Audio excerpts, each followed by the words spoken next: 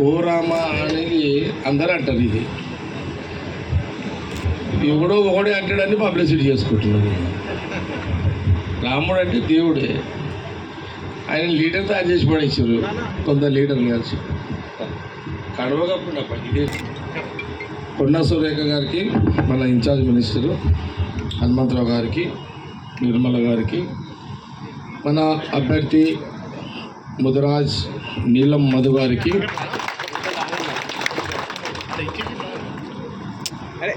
Media సోదరులకు, party నాయకులకు, కార్యకర్తలకు, ముఖ్యంగా మన ఇన్ఛార్జ్ కొండా సురేఖ గారు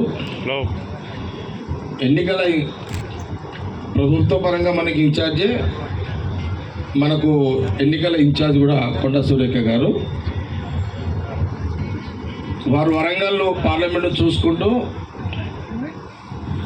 వరంగల్ జిల్లాలో ఉన్న పార్లమెంటు చూసుకుంటూ మన జిల్లాను కూడా కోఆర్డినేషన్గా సీఎం రేవంత్ రెడ్డి గారు, మరి మన జిల్లా మినిస్టరు దామోదర్ రాజనరసింహ గారు, మరి ఈ కోఆర్డినేషన్లో వారి డైరెక్షన్లో మరి ఈ 7 నియోజకవర్గాలకు సంబంధించి ఇటు సంగారెడ్డి నుంచి మొదలుకుంటే అటు పడంచెరు, నర్సాపూర్, మెదక్, అట్లాగే మరి మెదక్లో కూడా హనుమంతరావు గారు కొడుకే అక్కడ ఎమ్మెల్యే కాబట్టి అటు సిద్దిపేట కానివ్వండి, లేదా అటు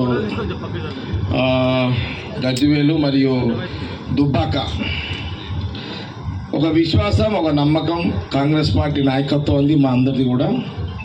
తప్పకుండా ఈ ఎన్నికల్లో కాంగ్రెస్ పార్టీ అభ్యర్థి నీలం మధుని మనమందరం కలిసి గెలిపించుకుంటే మనకు విశ్వాసాన్ని తెలియజేస్తూ, మెదక్ పార్లమెంటు మీడియా ద్వారా ప్రజలందరూ కూడా కోరుకున్నది ఏంటంటే, ఇది ఒకనాటి బాగారెడ్డి గారి పార్లమెంటు, ఆ తర్వాత ఇందిరాగాంధీ గారి పార్లమెంటు. ఇప్పుడు ఈ ఎన్నికల్లో కాంగ్రెస్ పార్టీ అభ్యర్థి నీలం మధుకి అవకాశం దక్కే విధంగా మనం అందరం కూడా కృషి చేసి ఆయన గెలిపించుకోవాలని నేను మెదక్ పార్లమెంట్లో ఉన్న ప్రజలందరినీ కూడా, సరే కులపరంగా ఆయన ముదిరాజే కానీ బీసీ,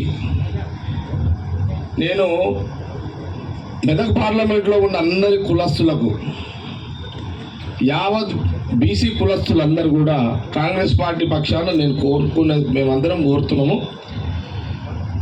కులపరంగా ఆయన ముదిరాజు అయినప్పుడు కూడా ముదిరాజులందరూ కూడా ఆయన సహకరిస్తారు. అట్లనే మిగతా కులస్తులు కూడా అందరూ కూడా అన్ని కులాలు, బీసీ అన్ని కులాలు కూడా ముదిరాజు బీసీగా మీరందరూ కూడా ఆయనను ఆశీర్వదించాలని కాంగ్రెస్ పార్టీ నాయకత్వము, యావత్ పార్లమెంట్లో ఉన్న ప్రజలందరినీ కూడా మేము అప్పీల్ చేస్తున్నాము, మేము కోరుతున్నాం.